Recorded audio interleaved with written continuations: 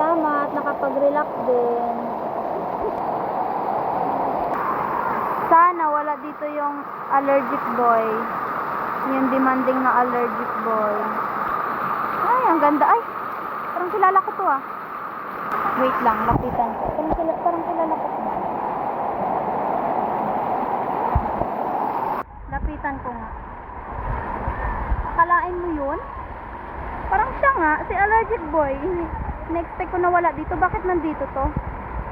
Ah, ba't nandito ka? Gawa mo dito. Siguro sinusundan mo ako, no?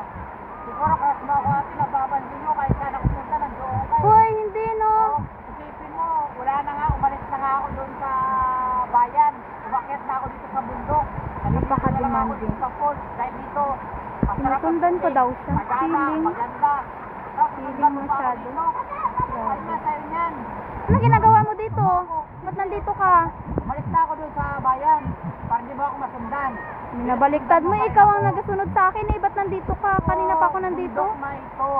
Bundok, saan ka ba nakatira? Sa bayan. Oh, sino nasunod sa atin? Di ba ikaw? Bakit taga dito ka ba? Sa bundok na to? Kainis talaga, sunod ng sunod. Tingnan mo yun, gaganyanan pa ako.